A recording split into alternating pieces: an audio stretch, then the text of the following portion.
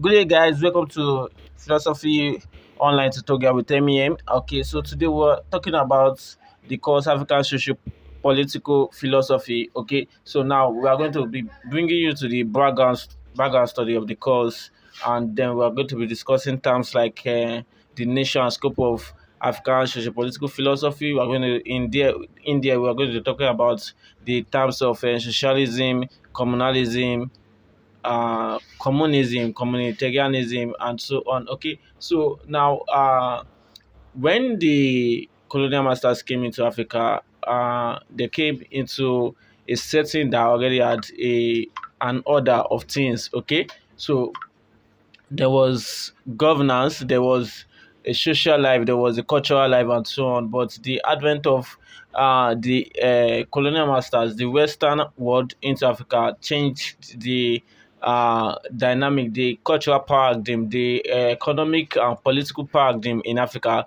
Okay, so that is the way we do things generally. So, but immediately after they left, there was a need for us. There was a lot of things that has happened. Now there was a need for us to now identify who we are again. Okay, so that is what birthed the idea of African socialism, that is the ideology of Africa itself. Okay, so moving away from the introduction of the course,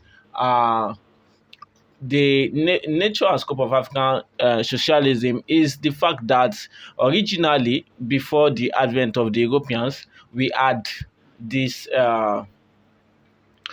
communal lifestyle. That is, we live together, we share a lot of things together, based on the idea of Ubuntu, one man for not for himself but for others too. Okay, so communalism was present in Africa. Okay, so we uh, share things together, we live together, and this there was this egalitarian concept among us, that is, there was this relationship among us, even not among humans alone but among divinities, among ancestors. Okay, like for the first Greek philosophy about Africa by Plato Temples showed that there was in metaphysics of Africa, there was God, there was the divinities, ancestors, man, animals, and plants. All these beings shared a common relationship. Okay, that's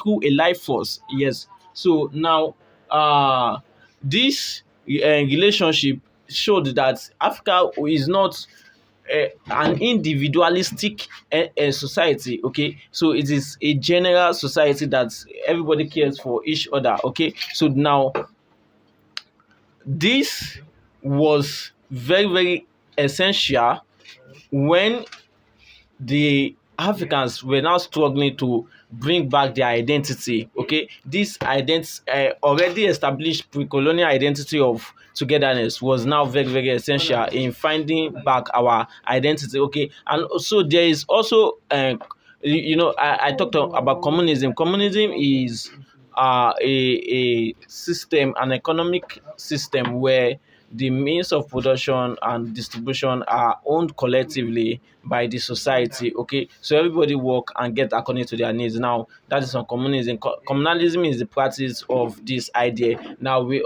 now have communitarianism, and communitarianism is more of a social and moral theory that holds that man does not think about himself alone but about others too. Okay, so it's more like a social and political theory. Okay, that is communitarianism. Okay, so these ideas are very, very essential in understanding the nature and scope of African uh, socio-political philosophy. Okay, so now that we are down to the this, now let us consider the relationship between communitarianism and African socialism. You know that, like I said, communitarianism is more of the idea that we do not care about ourselves alone but others. Okay, so communitarianism is an opposite of individualism. Individualism was common in the Western world, that is, all man live for himself, but communitarianism is in the African world,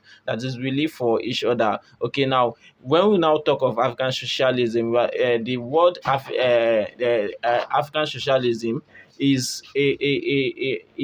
a result of this communitarian ethics lifestyle, okay, that we live together. And so when we want to build a new reconstructed society of our own after the the colonial era, we have to remember this uh, identity of ours that is based on togetherness. Okay, so now having established this, we can now go into the idea of African socialism. Okay, so African socialism came about as a result of Africans trying to identify themselves, okay, as after the colonial era. Now, it is important to note that the African socialism is the ideology of Africa when it comes to social and political ism. Okay, so now we have the democratic system, we have the feudal system, we have the autocratic system. But when it comes to Africa, it is African socialism. So it is a picture or a setting of our political, social, economic ideology. That is what African socialism is all about. Okay, now, and the term African is very, very significant to this because African means that we live together, and so socialism is uh,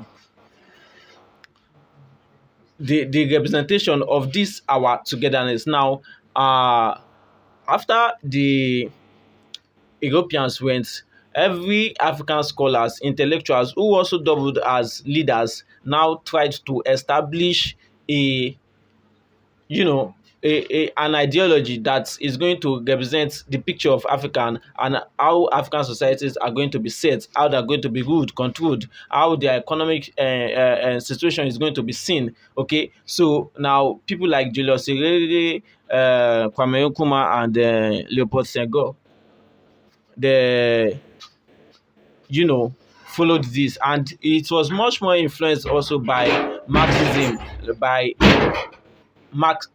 that is the philosophy of Karl Marx. So this is the basic or brief explanation of African socialism. Okay, so now in the next video, we're going to be discussing those African philosophers from Nyerere to Kwame Nkrumah. Thank you.